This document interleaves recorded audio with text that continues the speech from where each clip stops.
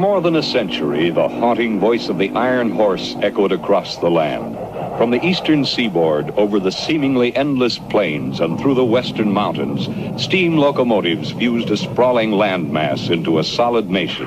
Theirs was a call to dreamers of every age, wafting them from humdrum schoolroom or office to fancied adventures on the high iron.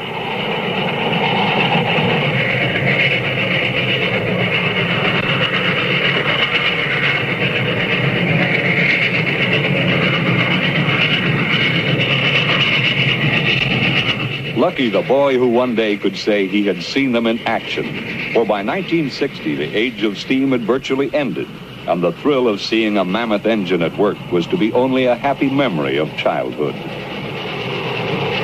Of all the locomotives in the long history of the rails, one of the greatest was called Big Boy, a name by which the world knew an engine that closed a memorable era in Western railroading. It was the last of the giants. Built as machines to produce transportation, steam locomotives seldom were endowed with grace of line, and then never at the sacrifice of efficiency and power or speed. For those who ran them and serviced them, the 25 engines of our 4000 class climaxed American steam freight locomotive design. So Big Boy was a railroad man's everyday working tool. But it had romantic aspects, too, in the dreams of those grown-up youths who, as bankers or teachers or house painters, secretly yearned to trade places with the engineer in his cab.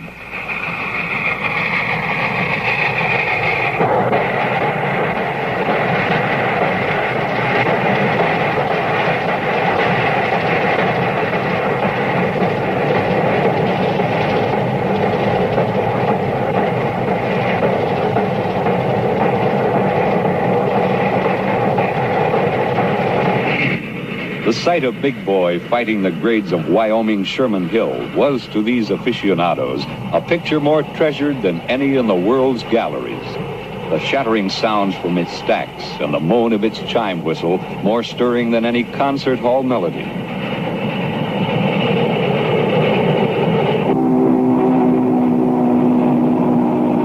Rugged and powerful, it was on call around the clock, around the calendar, to ride a trail of steel as it drew bales and boxes and carloads of the world's goods from east to west to east again.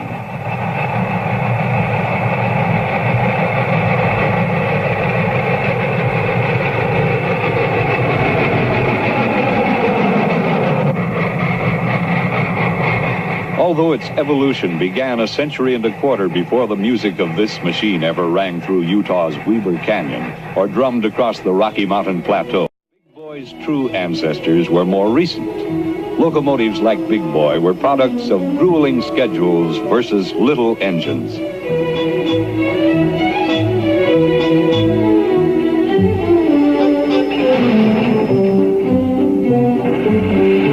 Business surged ahead in the West around the turn of the century. Railroads serving that territory found they needed more power for increasingly longer trains. The power problem raised by lengthening a train had long been met by adding another locomotive. Double heading saved time on urgent freight, but it also meant investment in extra locomotives, expensive machines whose periods of usefulness were subject to the rise and fall of business. Nevertheless, it was a grand sight to see a pair of husky little haulers leaving town to the tune of out-of-beat exhausts.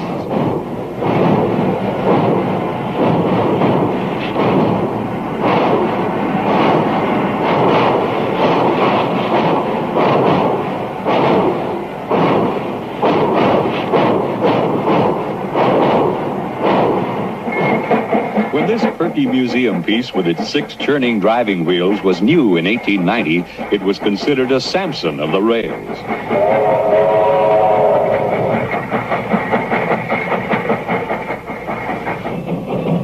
But that was not enough, even then, and soon 6 drivers grew to 8. Then 8 became 10. As more feet were added to the iron horse, larger cylinders were needed to power them. More steam was needed to work the cylinders. And in this jack-built house on wheels, a larger boiler to supply the steam. longer the locomotive grew, the more it became like a centipede with a stiff neck. It had difficulty following tracks that wound with rivers and mountains. Size also was limited by bridges and tunnels designed for the smaller locomotives and cars that had been adequate in the early days.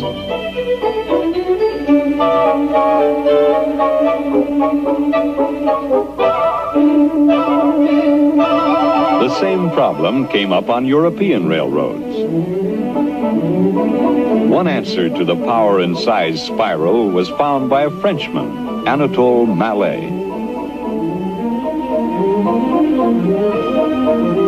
Far from being a comic character, Mallet was a brilliant engineer. In 1889, he built a flexible locomotive. He made two short engine units, then joined their frames with a hinge pin. An extra pair of cylinders was added to drive the rear unit. A large boiler completed the design. Voila! The railroad world had here a new and useful piece of equipment. It bent in the middle to take curves freely. Being hinged or articulated, engines could be made longer, with more wheels to distribute the weight that was the partner of power. The first Mallet used in America, one which railroaders affectionately called Old Maud, ran on the Baltimore and Ohio Railroad. The Virginian and Erie railroads went Mallet one better and built locomotives with 3 engine units, powerful brutes but steam-hungry and hard to maintain. Mallet engines like Old Maud also were of the economical compound type. They used the steam twice. It came from the boiler first to the rear set of cylinders at high pressure. Then, as it expanded, it passed at lower pressure into a second and larger set before exhausting through the smokestack. In 1918, we put a number of Mallets to work on heavy grades. True to type with bulging front cylinders, these engines did a good job of pulling, but they were slow movers and hard on track. The moving parts of the front units were so large and heavy that at higher speeds the track suffered continuous and devastating hammering. Like most Western railroads, our lines stretch over long distances, and speed is essential to maintain good service. To get both the power and speed we needed, we returned in the mid-20s to the rigid frame engine. The result was the 9000 series, a locomotive of singular design. With 12 coupled driving wheels, it was the largest non-articulated engine ever built. It ran twice as fast as the Mallets, yet used less fuel. The 9000s served well on the plains, where rails curved gently. But in mountain country, where winding tracks resisted stiff-legged engines, their efficiency and power were impaired.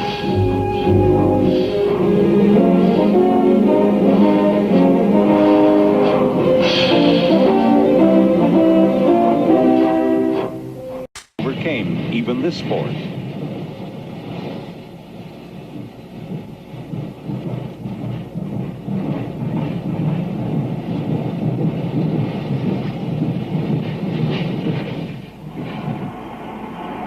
Four cylinders, each larger than a 40-gallon oil drum, powered the 16 drivers. Steam at 300 pounds pressure was distributed to the cylinders by valves timed with a mechanical device that created a fascinating counterpoint in motion. The engineer controlled this complicated valve mechanism and could change the direction of travel with an auxiliary machine, the reverse gear.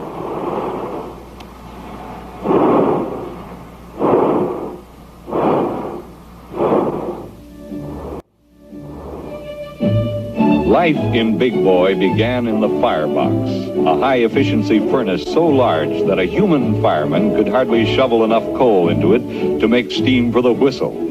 A mechanical stoker clawed fuel from the tender, passed it by an Archimedes screw to the firebox, then sewed it across the fire. Within the steel boiler, water circulated around more than a mile of tubes and flues that carried a red-hot hurricane to generate and superheat the steam. With Big Boy's size, 2 stacks were needed. Hoods to deflect the smoke and permit a clear view from the cab often were used by the engineer. Most of a steam locomotive's life was spent in or near its own special den, the roundhouse. Though sturdy and reliable, even Big Boy often needed attention and service. Better than most engines, its availability for pulling trains still was relatively low.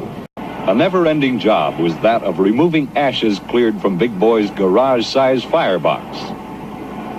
Good maintenance required frequent washing to flush away the grit and grease that always gathered on a steam engine.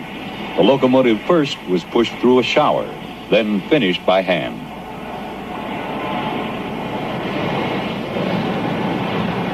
After a round of inspection that included a search for leaking steam connections, once inside, the engine might be there only a few hours while the boiler was emptied and washed. But if heavy repairs were needed, it went to the back shop for perhaps a month, where first it was disassembled with the aid of a heavy-duty crane. One task was fitting Big Boy with new shoes, steel tires for its drivers, a periodic precision job for back shop machinists with special skills and tools. After being machined, the tire was ready for mounting.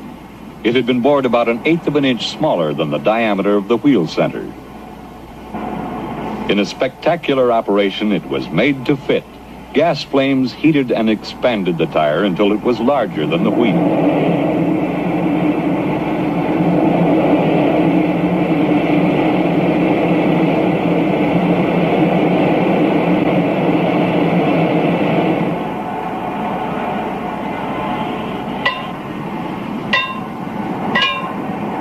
After the tire was driven into place, and before it cooled and shrank to grip the wheel securely, it was gauged for correct position.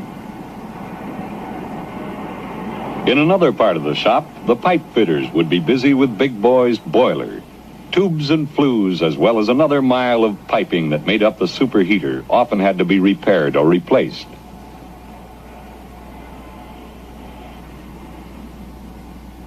There were very few small parts on a 4000. The tools were equally large and heavy, and the work was hard. It was a rare breed who maintained these giants, like the foreman who retired after spending his entire working life in a roundhouse, then returned to visit nearly every day, like the machinist who set valves on Big Boys all day, then spent much of the evening building a model railroad at home.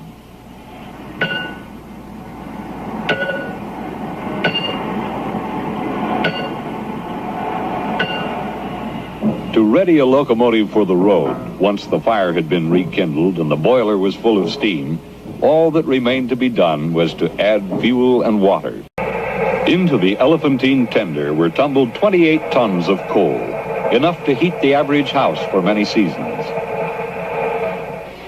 For the thirsty boiler, the 86-ton tender also carried 25,000 gallons of water, more than enough for a good-sized home swimming pool. With a heavy train, a 4000 often went through most of its food and drink within the first half of a 57-mile trip over Sherman Hill.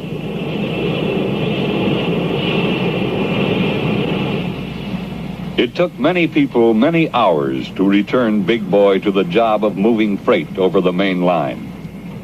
Standing docile as the running orders were read, only the quick-breathing fire, the droning generator, and the clanking, wheezing air pumps bespoke its latent power.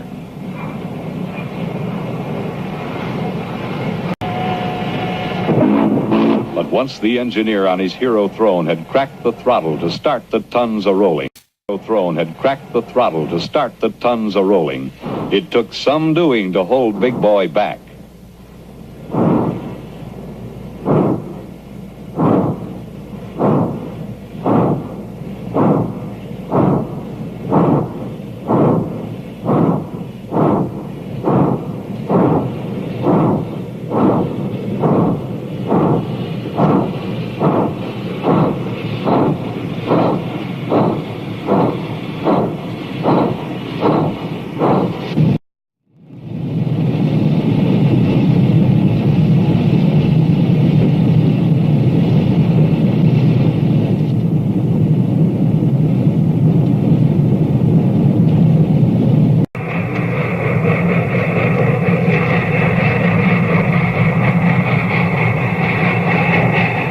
Boy was a king of the rails who came to life in a fusion of steam and steel.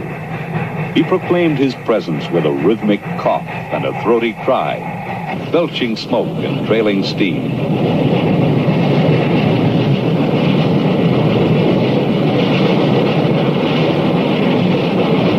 He pounded through his domain with a flashing and spinning of rods and wheels. His was an awesome majesty, but he was the last of his line to be toppled by new monarchs of the track.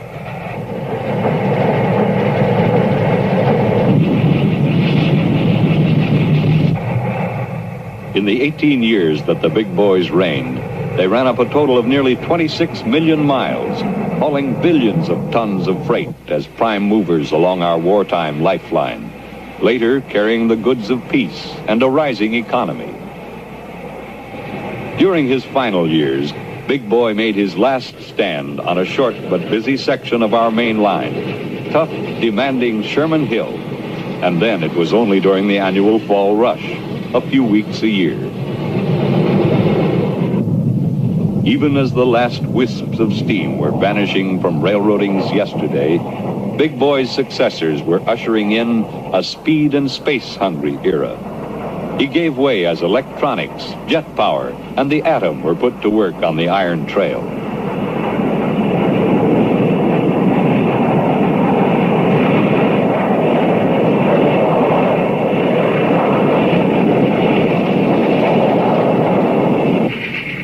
So Big Boy marked the end of big steam railroading in the West.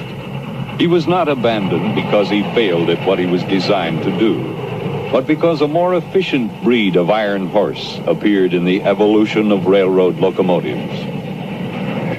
The vital link between East and West that was forged with steam engines is made even stronger today with modern motive power. The day has no end for the railroad. But whatever locomotive progress shall put at the head of tomorrow's train, the rumble and roar of Big Boy will seem still to echo from the high country of southern Wyoming.